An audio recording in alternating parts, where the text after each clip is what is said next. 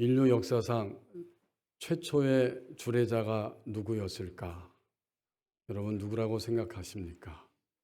가정사역자인 양은순 교수는 사랑과 행복의 초대라는 책을 쓰면서 최초의 주례자는 하나님이셨다고 표현을 합니다. 최초의 부부인 아담과 하와를 창조하시고 결혼식을 진행하시면서 하나님이 친히 주례자가 되셨다. 능히 상상할 수 있는 아름다운 표현이라고 생각됩니다. 하객은 누구였을까? 하객은 놀랍게도 새들이요, 꽃들이요, 동물들이요, 식물들이었을 것이다. 이것도 역시 충분히 상상할 수 있는 공감되는 이야기들입니다. 결국 지구의 역사는 가정의 역사이고 만약 지구에서 가정이 사라진다면 인류의 역사도 마감하게 될 것입니다. 그런 측면에서 가정은 1년에 한 번 5월에만 생각하는 것이 아니라 사실은 인간의 생애가 호흡이 멈춰질 때까지 늘 항상 우리의 머릿속에 생각 속에는 가정이 있고 가정의 구성원인 가족들이 있을 것입니다. 그래서 오늘의 본문도 이 두 가정의 이야기를 우리에게 보여주고 있습니다. 1절 2절 말씀에 보면 집안에서 양떼를 돌보는 일을 하다가 가정의 유일한 목동 역할을 했던 막내 8번째 아들 이 다윗이 아버지의 심부름을 하는 장면에서 시작되는 내용들입니다.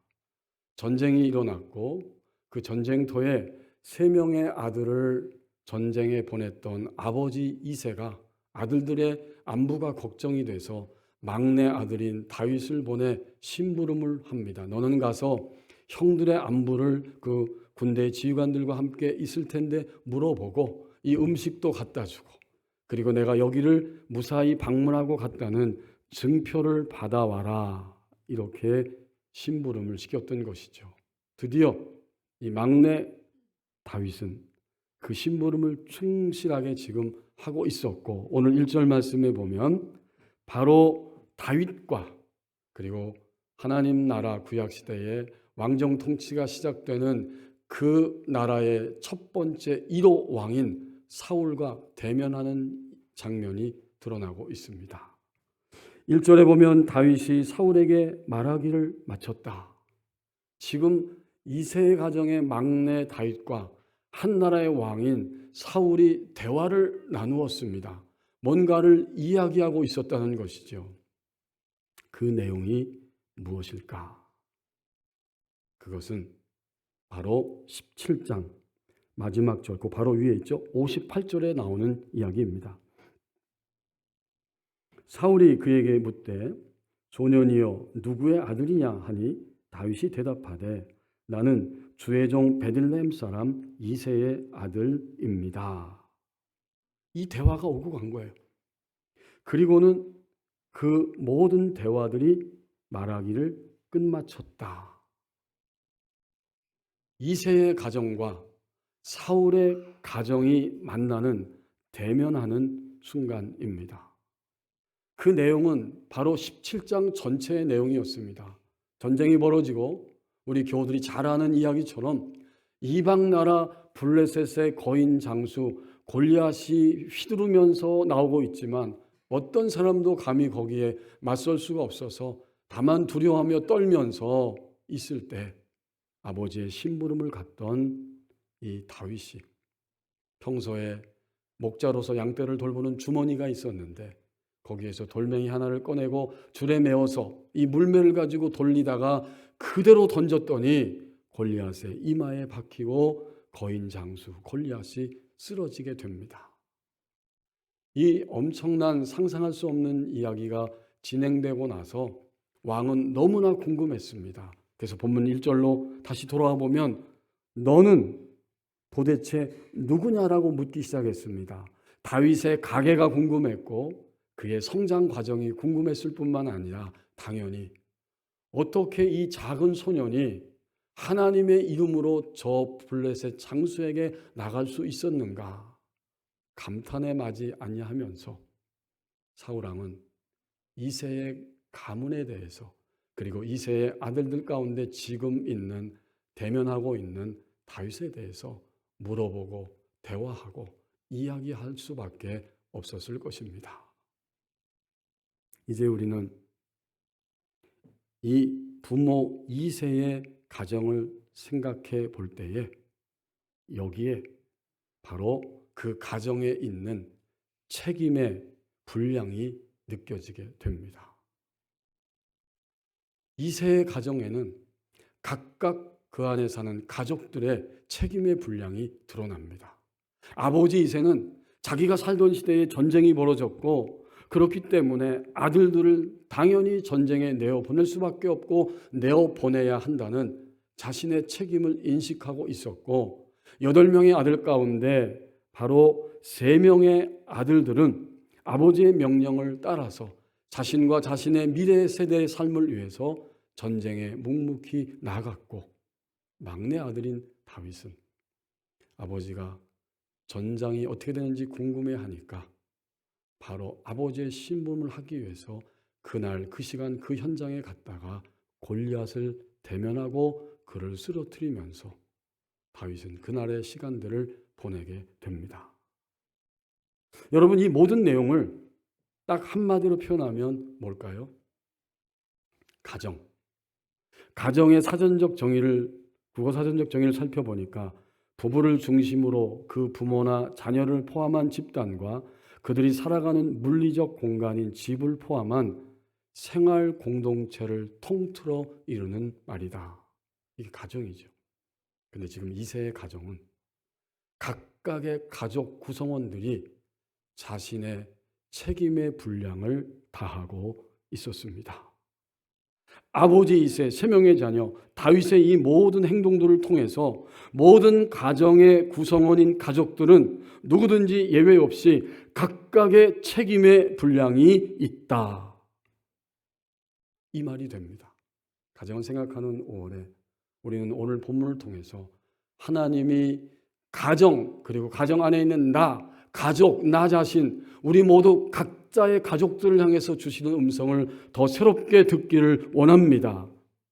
가정이 무엇이냐면 가족들의 구성원으로 이루어졌는데 각각의 가족들은 각각의 책임의 분량이 있습니다.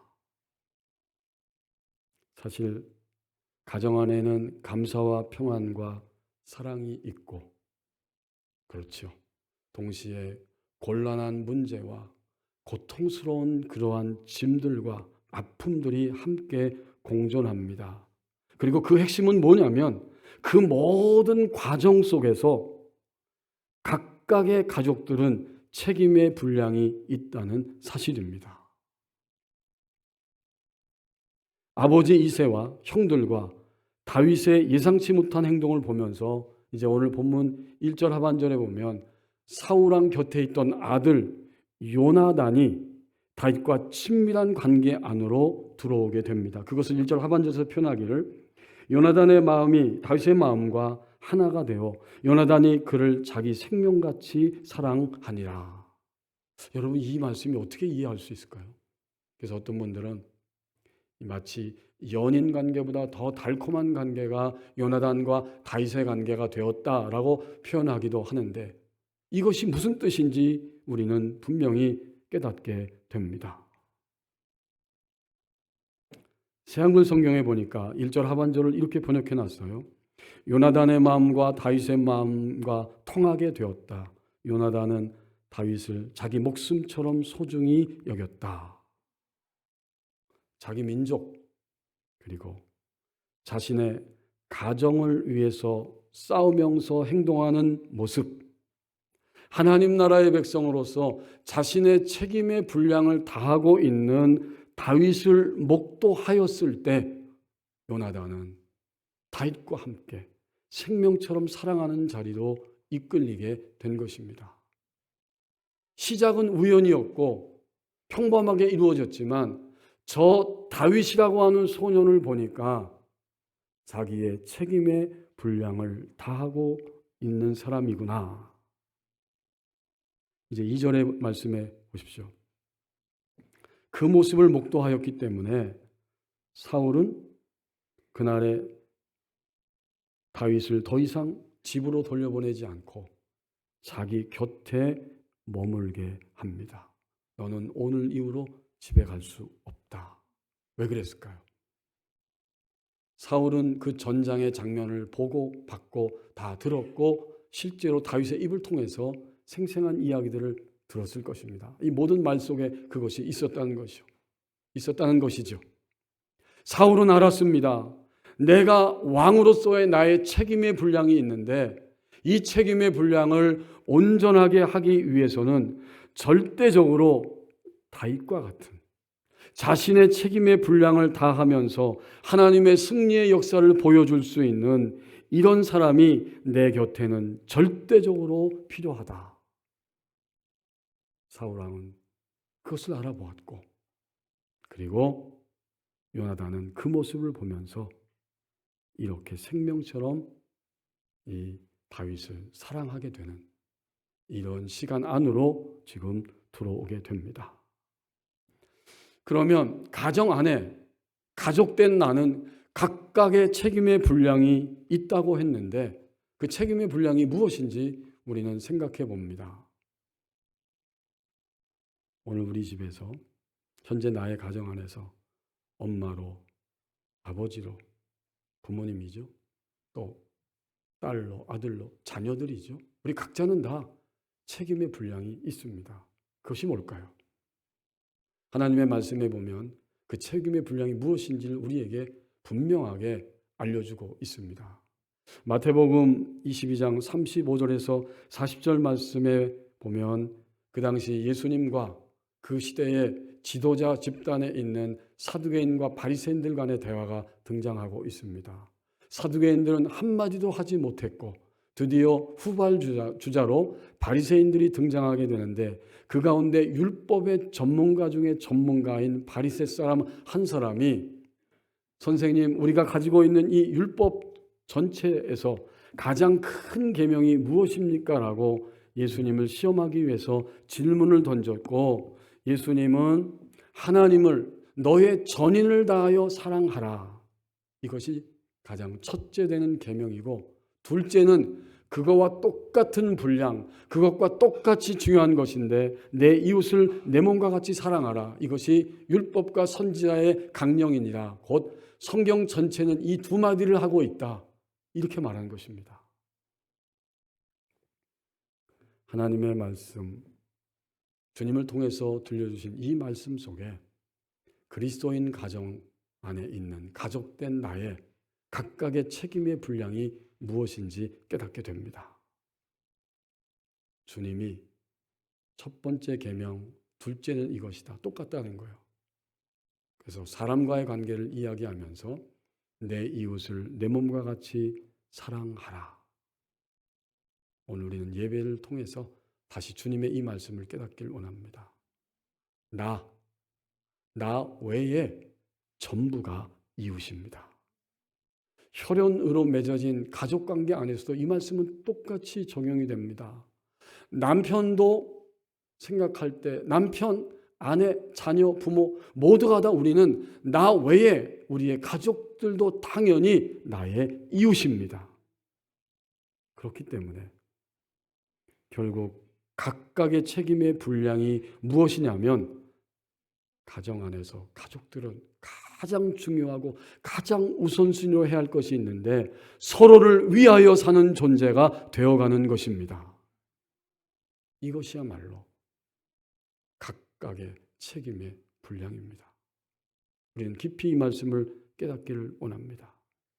부모의 삶이 자녀를 위한 삶으로 시작되었고 계속 진행이 되었고 그런 일생을 살아가게 되셨습니다. 자녀들도 성장하면서 나를 위한 부모님의 삶을 보았기 때문에 함께 부모님을 위하여 살아가기 시작합니다. 그런데 늘 항상 자녀들보다 먼저 세상을 떠나는 것이 부모님이기 때문에 그 부모님을 바라보면서 눈물을 흘릴 수밖에 없는 것은 자녀를 위하여 살아오신 부모님의 생애가 너무나 생생하게 다가오기 때문입니다. 부모님은 나를 위하여 살아오셨고 내가 부모님을 위하여 살 수 있는 날들은 적은데 나를 위하여 살아오신 부모님의 날들은 훨씬 더 길고 그리고 사실 일평생이었음을 깨닫게 됩니다. 그때 가슴 안에 눈물이 있게 되고 눈가에는 눈물이 흘러나올 수밖에 없습니다. 시대가 빠르게 변화되고 삶의 내용인 문화가 더욱 빠르게 바뀔지라도 특별히 그 사람이 혈연으로 맺어진 가족은 각각의 책임의 분량이 있습니다. 카네기가 인간관계론에 대해서 책을 쓰면서 거기서 이런 이야기를 들려주고 있습니다. 미국에서 실제로 일어나는 일들이죠. 솔 후로크라고 하는 이 무용 감독의 이야기입니다. 그는 유명한 가수나 이런 배우들을 감독하는 그런 직책을 가지고 살아가는 사람인데 그는 늘 항상 경험하는 일들이 있었다고 해요. 어느 날 공연이 약속돼 있고 그중에 공연자인 그 유명한 가수를 잘 돌봐서 무대에 올려야 되는데 그중에 꼭 한 사람이 아주 모든 면에서 저 친구는 끔찍한 사람이야 라고 말할 수밖에 없는 사람이었습니다. 공연 날이 되었어요. 그러면 꼭 정오에 전화가 와서 말하기를 나는 오늘 저녁에 공연에 가기가 쉽지 않을 것 같아요. 내 목이 지금 굽지 않은 햄버거 같이 되어서 오늘 밤에 노래를 할 수 없을 것 같아요. 이 말을 당일날 합니다. 저와 여러분 같으면 어떡할까요? 굉장히 화가 나겠죠. 하지만 이 노련한 후로크라고 하는 무용 감독은 그를 어떻게 대해야 하는지를 알고 행동하기 시작합니다. 당장에 그가 있는 호텔로 뛰어가서 말합니다. 이 불쌍한 친구 너무나 안 됐네. 물론 노래를 부를 수 없지. 당장 내가 약속을 지금 취소하겠네. 자네는 뭐 몇천 달러 정도 손해를 보겠지만 자네 명성에 비하면 이 돈은 아무것도 아니야. 라고 말하게 됩니다. 그러면 즉시로 나오는 반응은 그가 한숨을 쉬면서 말합니다. 감독님, 나중에 좀 더 오후에 다시 한번 와서 제 상태를 봐주시기를 바랍니다. 5시가 됐습니다. 5시가 돼서 호텔로 뛰어가서 또다시 진심으로 동정심을 표합니다. 그러면 이 공연을 해야 할 가수가 한숨을 쉬면서 말합니다. 글쎄, 좀 더 있으면 혹시 나아질 수도 있겠지요. 라고 말하고 헤어졌어요. 드디어 공연 시간 직전입니다. 다시 그를 찾아갔을 때 마지막으로 한 가지 이 감독에게 부탁하기를 제가 오늘 목이 좋지 않기 때문에 관객들 앞에서 좋은 목소리도 노래 부를 수 없다는 사실을 양해해 주시기를 바랍니다. 이 부탁을 감독에게 이야기해 달라고 말하는 것입니다. 이때 이 감독은 조금도 망설임 없이 그 이야기를 관객들에게 하였다는 것입니다. 여기에 인간관계의 모든 것이 담겨 있다고 이 카네기는 덧붙여 설명을 합니다. 게이츠 박사라고 하는 교육심리학 책을 인용하면서 말합니다. 인간은 모두 다 동정심을 갈망한다. 어린아이는 자기의 상처를 무척 보여주고 싶어하며 심지어 동정심을 많이 받고 싶은 나머지 상처를 만들기도 한다. 이와 같이 어른들도 자신의 상처를 보여주고 싶어하고 사고나 질병, 특히 외과 수술과 같은 것이 있었을 때에는 하나하나 다 이야기하려고 한다. 어떤 상황에서든 어떤 불행에 대해서든 자기 연민은 모든 인간이 느끼는 감정이다. 무슨 뜻이겠습니까? 이렇게 결론을 내립니다. 다른 사람으로부터 적극적인 호응을 바란다면 당신도 즉시 이 동정심을 실행하라. 이렇게 이야기합니다. 오늘 가정 안에 있는 가족들은, 그리스도인 가족들은 각각의 책임이 있는데 그 책임은 바로 이 한마디에 담겨 있습니다.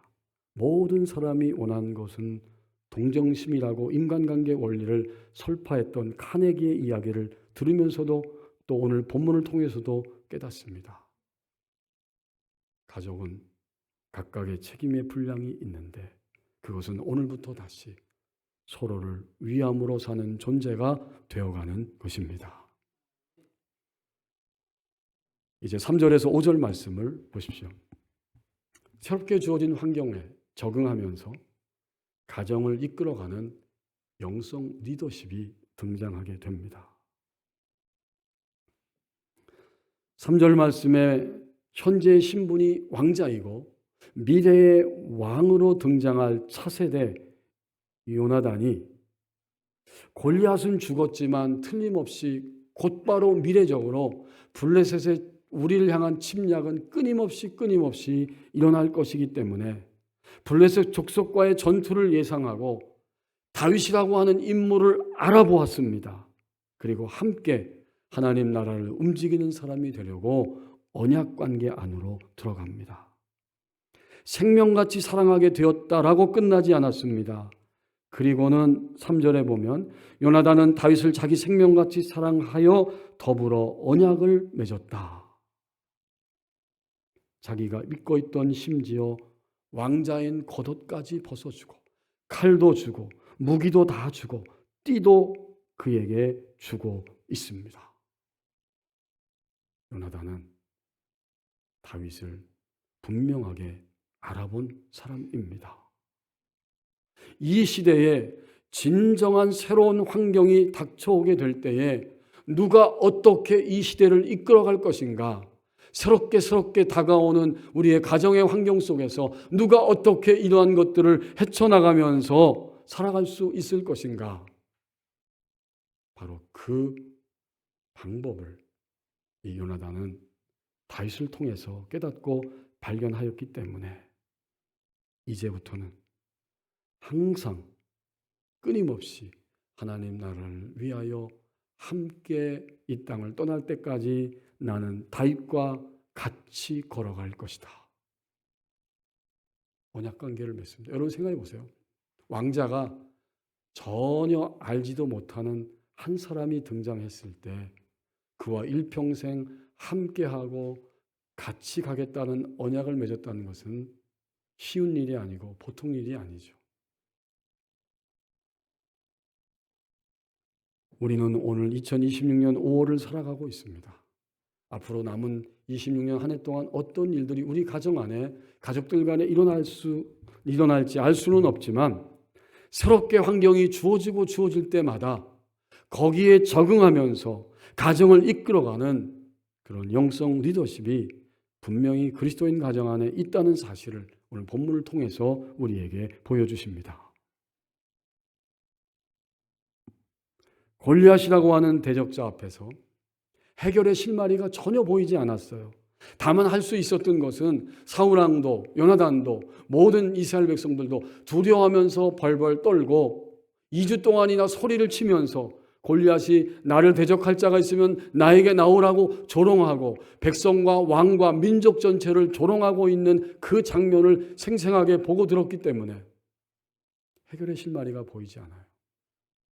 그런데 전혀 예상할 수 없는, 이름도 알려지지 않은 심부름을 왔던 한 사람 다윗에 의해서 하나님의 나라가 하나님 백성에게 새롭게 임하는 것을 분명히 보았기 때문에 틀림없이 요나단의 마음은 아버지가 다윗을 불러서 대면한 자리에 있었을 때 그의 중심은 새롭게 희망으로 불타오를 수 있었을 것입니다. 앞으로 환경이 또 다가올 것이지만 이 환경이 두려워할 것이 없고 내가 저 다윗과 함께 언약을 맺으면 나의 시대, 하나님 백성인 우리의 시대는 모든 난관을 다 헤쳐나가면서 하나님 나라를 보존하고 유지하는 백성으로 살아갈 수 있을 것이다. 여러분, 이 모든 이 내용, 이런 깨달음, 이런 감각, 이것이 오늘 요나단이라고 하는 이 하나님 나라 백성 왕자에게 있었던 것입니다. 여기서 우리는 리더십을 생각합니다. 사울왕의 리더십은 무엇일까요? 사울왕은 하나님 나라를 위해 다윗과 같은 인물을 놓쳐서는 안 된다. 나와 함께 왕궁에 이제부터 거하는 자로 삼아야지. 절대로 집으로 돌려보내지 않을 것이다. 이 정도도 다행이지요. 이만큼도 감사한 일입니다. 이것이 아버지 사울왕의 리더십이었고, 그의 아들 요나단의 리더십은 거기서 한 걸음 더 나갔던 것입니다. 왕자 요나단은 해 아래 사는 날 동안 끝까지 순경과 역경이 있을 텐데, 어떠한 환경이 다가올지라도 함께 움직이는 언약 관계를 맺음으로 하나님 나라를 계속 이끌어가는 리더십으로 나타나고 있었던 것입니다. 지금은 다시 본인의 소명을 따라서 선교사님으로 선교하는 자리에 있지만, 수년 전에 지구촌교회, 분당에 있는 지구촌교회 담임 목사님으로 섬겼던 진재영 목사님이 리더십 전문가입니다. 리더십으로 박사학위를 받으셨고, 그분이 쓴 책 가운데 영성 리더십이라고 하는 책이 있는데, 거기서 힘을 이야기하면서 관계의 파워가 있고 지위가 주는 파워가 있다, 이렇게 리더십을 설명하는 이야기가 나옵니다. 관계의 파워는 사람들이 원하는 것을 나눠주면서 따라오게 만드는 것이 관계 안에 있는 파워이고, 이것은 우리가 잘 아는 것처럼 바로 당근의 리더십입니다. 반면에 지위가 주는 파워가 있는데, 어쩔 수 없이 높은 지위에 있는 사람이 아래에 있는 사람에게 채찍을 가하게 되므로 어쩔 수 없이 따라오게 하는 리더십이 있더라. 그리고 모든 사람은 누구도 예외 없이 바로 이 관계의 파워, 그리고 지위의 파워, 채찍의 리더십과 당근의 리더십을 생활 속에서 두 가지 다 사용하면서 살아가고 있다고 표현합니다. 이것이 왜 치명적인가? 채찍은 사람들이 앞에서는 듣지만 채찍이 사라지면 동기부여가 되지 않고 또 열심히 할 이유가 없기 때문에 금방 손을 놔버린다는 것이고, 당근의 채찍은 왜 문제가 되는가? 당근을 받아 먹을 때는 열심히 잘 합니다. 그런데 똑같은 당근을 계속 주면 사람들은 더 큰 당근을 주는 사람이 나타날 때 그쪽으로 가버리게 되고, 주는 사람의 입장에서 당근을 굉장히 큰 것을 줬다고 생각하지만 받는 사람의 입장에서는 곧 그 당근에 대해서 식상하게 된다. 이런 리더십에 대한 이야기를 들려줍니다. 저는 궁금했어요. 그러면 오늘 그리스도인 된 하나님 자녀인 나의 리더십은 무엇이 되어야 할까? 성경은 오늘 본문을 통해서 분명히 말씀합니다. 그리스도인의 리더십은 모든 새로운 환경이 어떻게 우리에게 오든지, 우리의 환경은 인적 환경과 물적 환경이잖아요. 인적 환경은 사람 때문에 힘들고 사람 때문에 기뻐하고 감격하는 것입니다. 똑같이 물적 환경도 물질 때문에 감격하고 감사하고 기뻐하고, 물질 때문에 두려워하고 눈물을 흘리며 애통해하고 벌벌 떠는 것입니다. 그러고 보면 모든 환경은 인적 환경, 물적 환경인데 순경으로 올 때도 있지만 역경으로 올 것이고, 여기서 항상 새로운 환경에서 그리스도인 된 나는 어떤 리더십을 가지고 나 자신의 책임의 분량을 다하고 가족을 함께하는 자리로 갈 수 있을 것인가? 요나단의 모습을 통해서 영성 리더십을 보여주고 있지 않습니까? 영성 리더십은 나 개인을 넘어서서 이 구약 시대의 유일한 하나님 나라인 이스라엘 전체를 생각하는 요나단에 의해서 깨달아지고 그것을 이루기 위한 과정 속에서 다윗과 언약 관계를 맺으면서 그대로 드러나고 있습니다. 그러면 결국 영성 리더십은 무엇일까? 저는 리더십이란 단어도 당연히 받아들이지만 동시에 리더십은 결국 영향력이라고 깨닫습니다. 다른 게 아니에요. 말과 행동 그 모든 것을 통해서 말하지 않아도 결국 하나의 모습이 리더십인데, 그것은 내가 지금 있는 그 시간 그 장소에서 사람들과 만날 때 또는 누군가가 나를 생각할 때 그들에게 미쳐지는 영향력이 리더십입니다. 이제 영성 리더십은 이렇게 정의가 됩니다. 하나님 나라 안으로 누군가를 들어오게 하는 리더십 영향력이다. 이게 영성 리더십이에요. 요나단은 지금 하나님 나라를 유지하고 보존하고 앞으로도 계속 유지하고 보존시켜야 되기 때문에 함께하기 위해서 다윗과 언약 관계를 맺고 그 안으로 높낮이가 아니라 함께 손을 잡고 언약을 맺고 같이 그 나라를 향해 들어가고 있었던 것입니다. 오늘 가정 안에 있는 가족들은 우리가 서로 가족들을 바라볼 때 그를 또 가족을 넘어서 그 누군가를 하나님 나라 안으로 들어오게 한다면 그것이 바로 그 사람의 영성 리더십입니다. 조금만 다르게 표현해 보면 똑같은 이야기예요. 누군가를 하나님과 연결시키는 것이 하나님 나라의 영성 리더십입니다. 구약시대에 이 두 가정, 이새의 가정도 사울왕의 가정도 그리고 그 시대 모든 유일한 하나님 백성들도 그들은 지금 하나님 나라를 살아가고 있었던 것입니다. 오늘 나의 환경, 물적 환경, 인적 환경은 어떠합니까? 그리고 오늘과 내일 남은 시간들 한 해를 생각할 때 나에게 주어진 물적 환경, 인적 환경은 어떻게 될 것이라고 예측할 수 있습니까? 그런데 오늘 본문을 통해서 가정을 생각하는 5월에 지금 여기에 새롭게 주어진 환경에 적응하며 가정을 이끌어가는 영성 리더십이 있다고 말씀합니다. 그리스도인은 모든 환경 속에서, 그리스도인의 가정은 모든 환경 속에서 하나님의 나라를 살아가는 이야기입니다. 기도하겠습니다.